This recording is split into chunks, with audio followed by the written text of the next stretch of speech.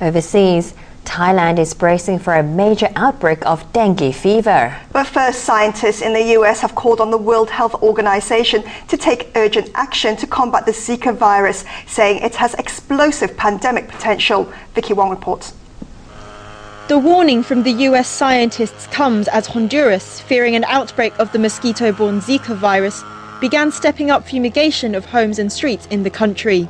Honduran Health Minister Yolani Batres said she's concerned as reported cases of the disease have soared to over 600.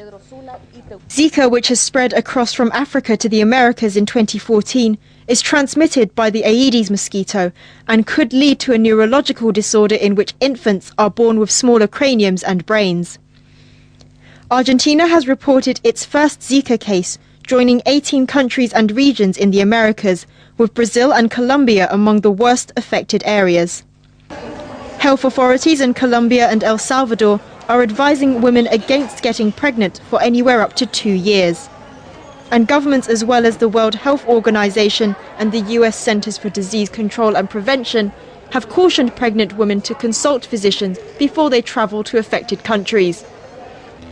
In the meantime, the Latin American and Caribbean states community known as CELAC has decided to assemble all health departments of its member countries to deal with the outbreak of the Zika virus. There's currently no vaccine for Zika. And just as the Americas are trying to combat the Zika virus, neighbouring Thailand is bracing itself for an even worse dengue outbreak this year.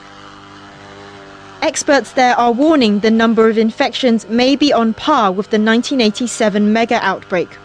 The country recorded some 140,000 cases of infection last year, the highest number since the 1987 crisis, where 170,000 cases were reported. Thai officials are expecting dengue cases to swell by over 16% this year. But finding a vaccine has proven difficult, in parts because of the complex nature of the virus. But the need for a vaccine is becoming increasingly urgent. This vaccine is developed for about 10 years. The vaccine is not 100% protection. Okay, we know that, but it is some tools that are helpful. Okay, in Thailand, I think they plan to license this vaccine very soon.